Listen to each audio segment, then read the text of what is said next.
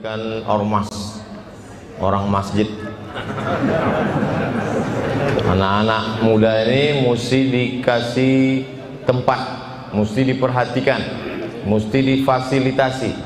Kalau tidak nanti dia akan mencari perhatian di luar masjid. Apa yang dilakukan Masjid Al-Ikhlas ini mudah-mudahan menjadi inspirasi untuk masjid yang lain. Remaja masjid yang sudah dilantik tadi buat program pertamanya merekam semua pengajian yang ada di Masjid Al-Ikhlas, dari mulai kajian subuh, kajian pengajian ibu-ibu sore wirid yasin, pengajian malam, buat channel Ikhlas Paus Official, subscribe, like and share. Nanti saya endorse kalau sudah ada channelnya, supaya diabadikan, direkam, sehingga anak muda belajar mengedit. Nanti tanya Ustaz Al-Nob, bagaimana tim media Yayasan Tabung Wakaf Umat mengolah video-video. YTWU, Yayasan Tabung Wakaf Umat, juga punya channel di media sosial. Hidupkan Instagram, Facebook, Twitter, grup-grup WhatsApp dan YouTube. Baik, kita lanjutkan menjawab pertanyaan-pertanyaan. Apa hukumnya air mata kita mengenai jenazah? Apakah menjadi beban bagi jenazah itu? Dulu kalau ada orang meninggal, jangan netes air matanya, batal wuduknya, kata orang. Pernah Bapak Ibu dengar gitu? Jangan menangis, batal nanti wuduknya. Ternyata waktu sahabat Nabi namanya Utsman bin Maz'un, Utsman bin Maz'un meninggal, Nabi pegang jenazahnya, keluar air mata Nabi, turun ke jenggot Nabi, turun sampai ke wajah Utsman bin Maz'un, dan tidak dimandikan lagi jenazah. Itu menunjukkan air mata tidak membatalkan wudhu. Lalu kenapa lah orang-orang tua kita melarang menangis depan jenazah? Sampai karena dapat dibayangkan, kalau yang meninggal itu satu dan banyak jamaah menangis, padahal dia sudah dimandikan, babak belur lah wajah jenazah itu. Asal masuk peluk menangis, asal masuk menangis. Jadi sebenarnya ucapannya itu adalah tarhib. Jadi kalau maksudnya, kalau tengok-tengok aja, kalaupun mau cium juga cium, tapi jangan sampai semua menangis lalu kotor wajahnya lalu dimandikan sekali lagi. Jadi saya kalau kira-kira tak tahan menangis, jangan cium jenazah, tengok saja. Tapi kalau tahan cium, jangan sampai merusak jenazah yang sudah dimandikan, yang sudah bersih. Apakah menjadi beban bagi jenazah tersebut?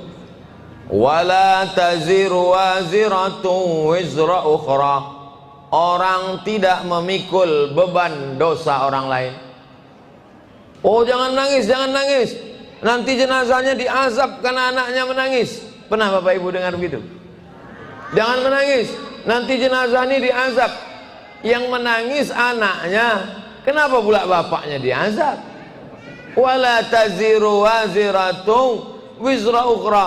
Orang tidak memikul beban orang lain, bertentangan dengan ayat Quran. Tapi dalam hadis dikatakan, innal mayyita la yu'adzabu bibukai ahlihi. Mayat ini diazab karena anaknya menangis. Hadisnya sahih. Tapi ayat Quran mengatakan orang tidak memikul dosa orang lain. Inilah bahayanya membaca hadis kalau tidak tahu asbab urut hadis, kronologis terjadinya hadis. Kenapa sampai keluar cakap Nabi, mayat ini diazab karena anaknya menangis? Karena tradisi di Arab jahiliyah, sebelum orang itu meninggal dia berpesan ke anaknya, nanti kalau aku mati kau undang grup menangis. Karena makin kuat nangisnya, makin banyak grupnya, berarti status sosialnya makin tinggi, makin hebat. Kalau yang nangis cuma 10 orang, RW berarti. Tapi kalau yang nangis ramai, oh ini anggota dewan provinsi. Jadi zaman dulu untuk menunjukkan status sosial diundang grup-grup menangis. Jadi kalau ada grup menangis, diazab orang meninggal karena grup menangis, bukan karena orang itu menangis, tapi karena dia sebelum mati sudah meninggalkan wasiat. Wasiat itu wasiat tradisi jahiliyah. Adapun kalau ada anak menangis menengok ayahnya meninggal, maka tidak apa-apa. Nabi pun meneteskan air mata waktu anaknya meninggal. Nama anaknya Ibrahim, umur 18 bulan meninggal. Ama tarda ya Rasulullah, kenapa engkau menangis ya Rasulullah? Engkau tak ridha. Kata Nabi, ini air mata kasih sayang. Menangis tak apa-apa, yang tak boleh itu meratap. Pernah dengar meratap? Apa beda menangis sama meratap?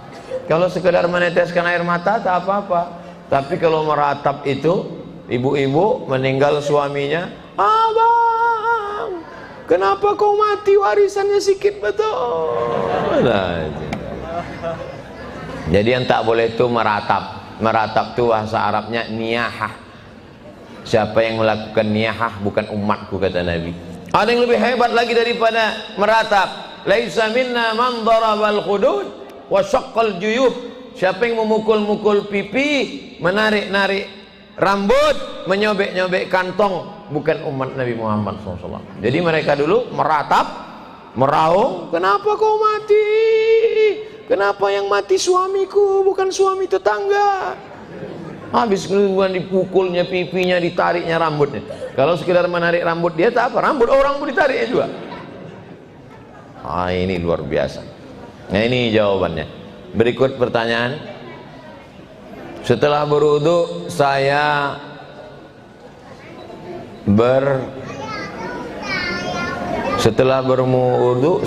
berapa ini?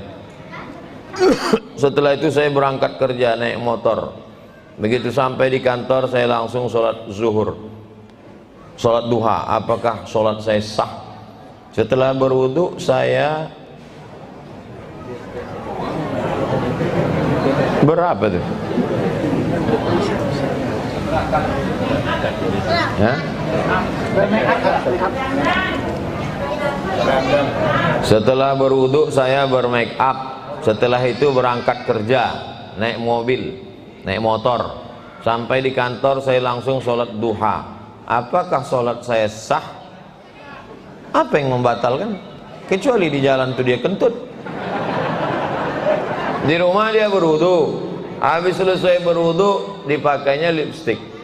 Lipstiknya ada tulisan LP POM dan Komisi Fatwa halal, tak pakai lemak babi, pakai bedak dia. Di sini hijau, di sini biru, di sini hitam. Habis itu sampai di kantor sholat duha dia, usolli sunnatad duha. Tak ada bersentuh laki-laki dengan perempuan tak mahram. Dalam mazhab Syafi'i batal. Tak ada dia buang angin. Tidak, pakai make up tidak membatalkan wudu. Kalau pertanyaannya apakah make up membatalkan wudu. Tapi kalau pertanyaannya hukum bermake up, la tabarrajna tabarrujal jahiliyatil ula. Jangan bersolek-solek jahiliyah. Jangan bersolek-solek jahiliyah melampau batas sehingga merubah kodrat. Kalau wajahnya pucat karena habis kena covid, saking pucatnya macam hantu. Kalau dia berangkat ke kantor semua ketakutan, maka dipakainya bedak warna kulit menghilangkan pucat, mubah hukumnya karena mengembalikan pada bentuk asal. Tapi yang sudah bagus dirubah-rubah, maka sesungguhnya masuk dalam kategori merubah ciptaan Allah SWT. Cantikmu bukan karena lipstikmu. Kalau cantik bukan karena lipstikmu, nanti lipstikmu habis, cantikmu hilang. Cantikmu karena tahajudmu. Cantikmu, oh cantik ya, iya ini bekas air wudu. Oh jadi kau sangka kami tayamum semua gitu. Mohon doa untuk kesembuhan Ibunda Hajah Siti Susilowati. Nanti kita baca di akhir majelis doa.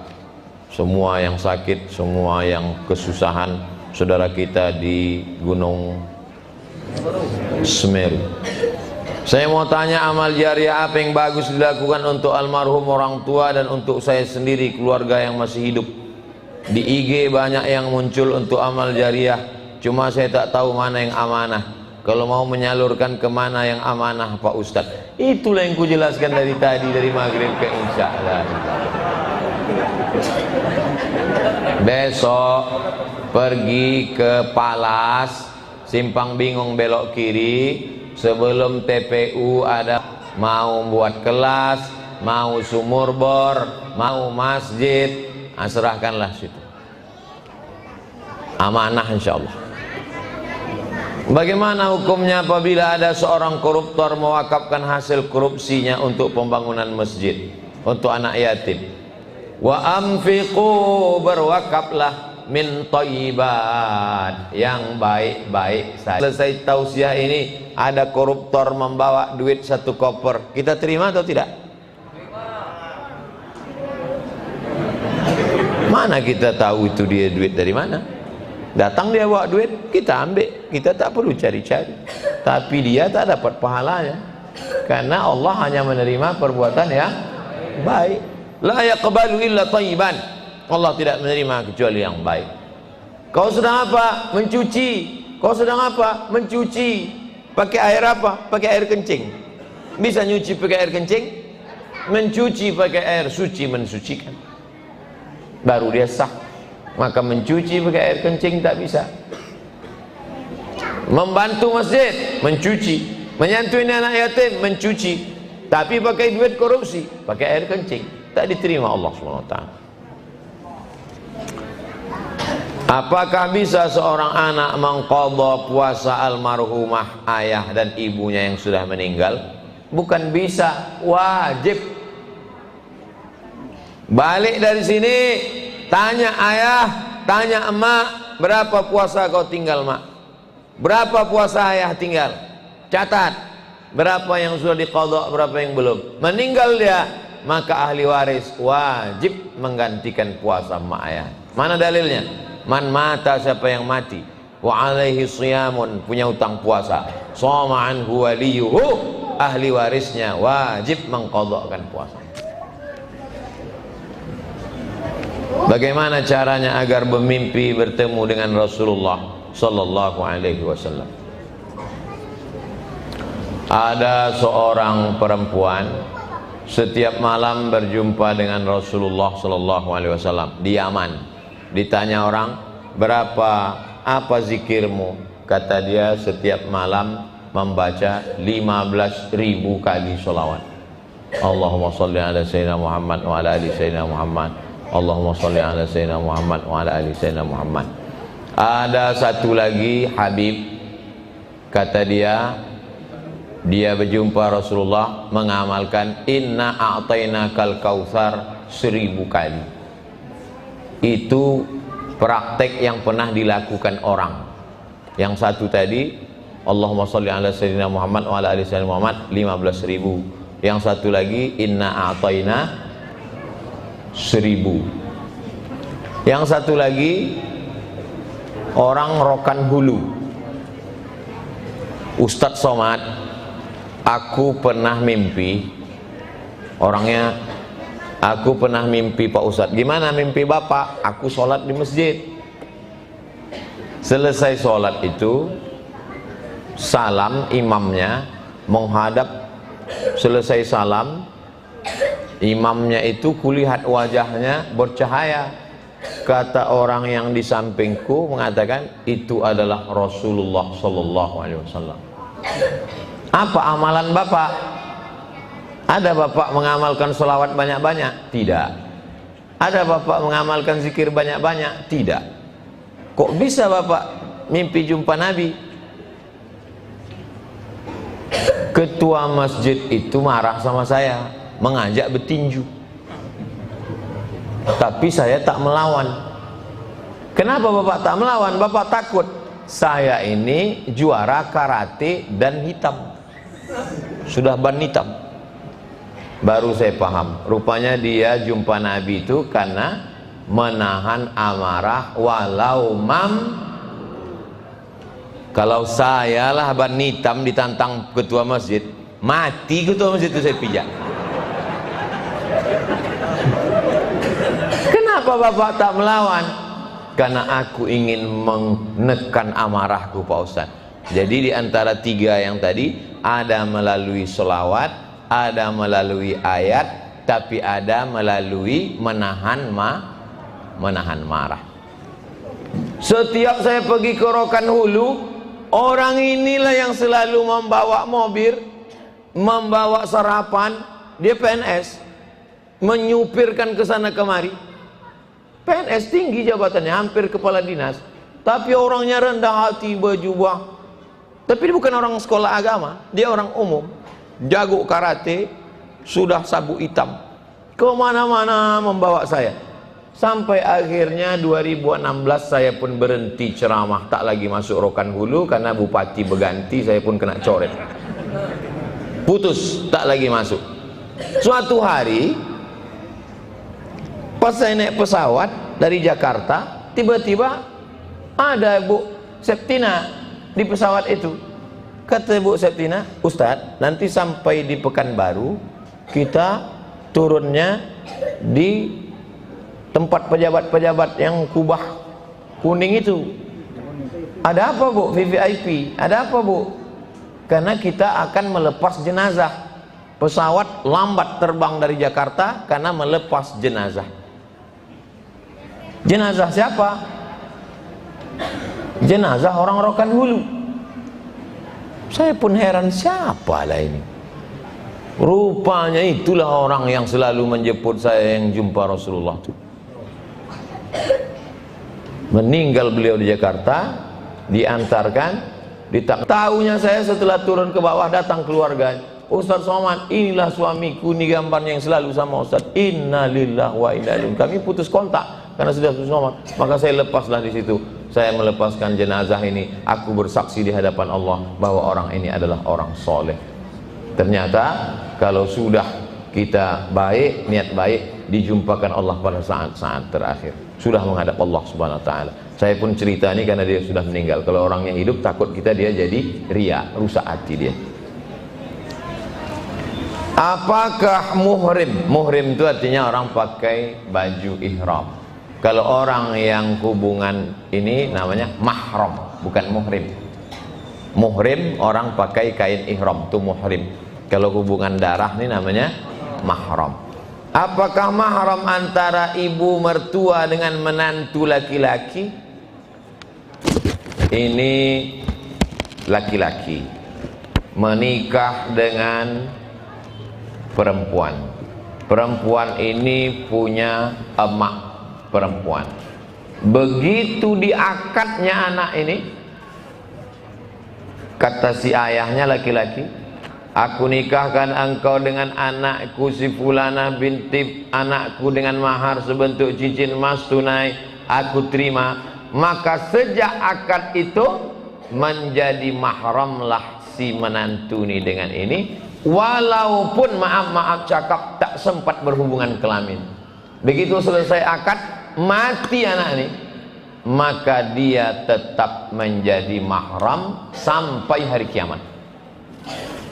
Antara menantu laki-laki dengan ibu mertua menjadi mahram, mahram muabbad namanya. Sampai hari kiamat dia tetap mahram, tak batal wudhu.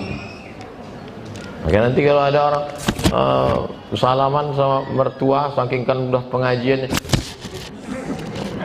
mertua.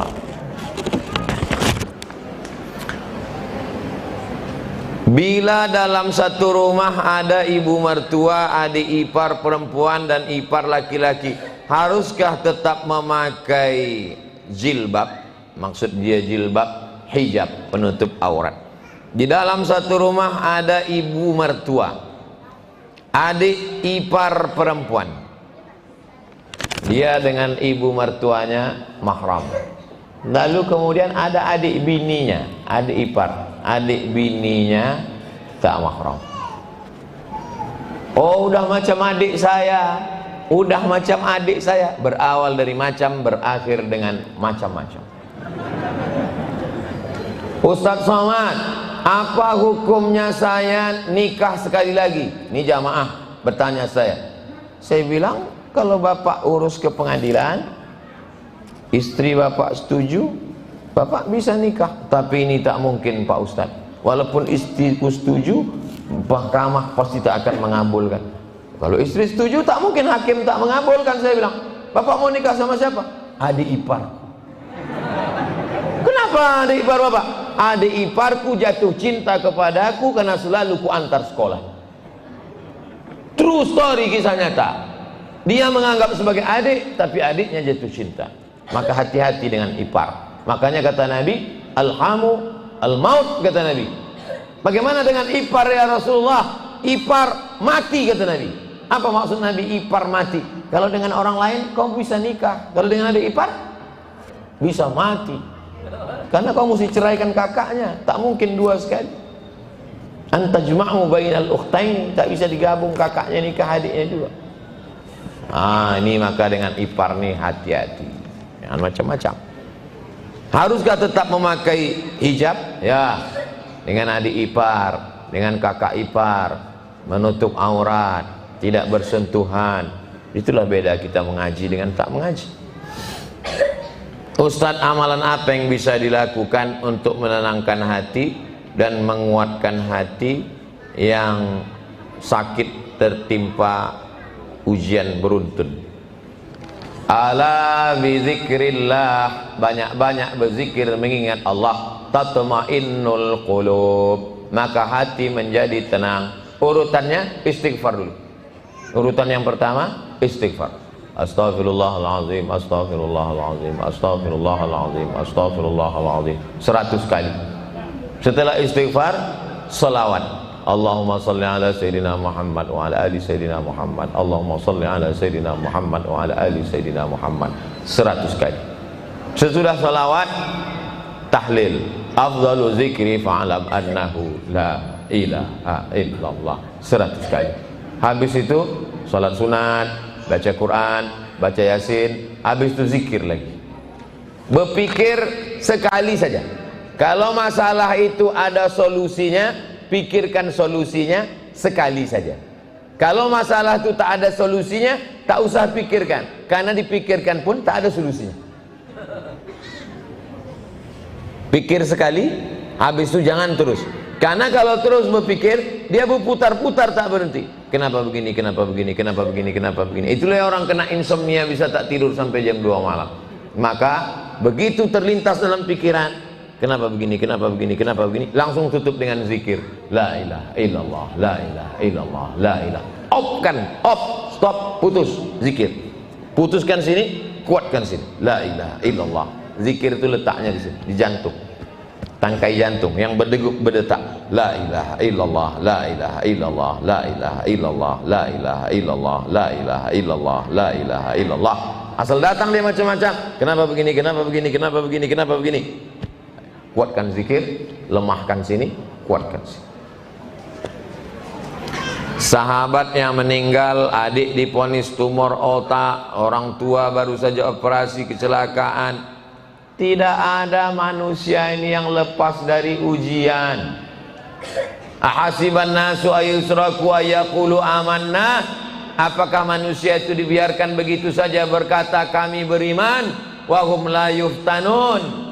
Nabi Musa alaihissalam baru lagi lahir, dirazia Fir'aun. Semua anak-anak kecil disembelih lehernya. Selamat dihanyutkan di sungai Nil. Tak bisa menyusu kepada siapapun. Didatangkan Allah ibunya. Selamat. Menjadi remaja, anak muda yang gagah perkasa. Nampak 2 orang berkelahi, ditinjunya. Terusir dari istana Fir'aun. Akhirnya menengok perempuan ngantri anak Syuaib mencari air. Ditolongnya, dibawa ke Syuaib. Nikah dengan anak Syuaib. Selamat. Setelah kuat 8 tahun lamanya mengembalakan kambing Syuaib, disuruh Allah menghadapi Fir'aun. Sampai di sana disuruh menyeberang Laut Merah. Selamat. Sampai di seberang berhadapan dengan Bani Israel. Permintaannya macam-macam. Minta turunkan manna dan salwa. Diturunkan manna dan salwa. Minta pula diturunkan wa fumiha wa adasiha wa basoliha. Masa kami cuma makan manna dan salwa? Wa fumiha minta bawang putih, wa adasiha minta kacang, wa basoliha minta bawang merah. Untung tak orang Pekanbaru. Kalau ada situ minta tempoyak pula lagi, minta potai lagi, minta sambal belacan lagi.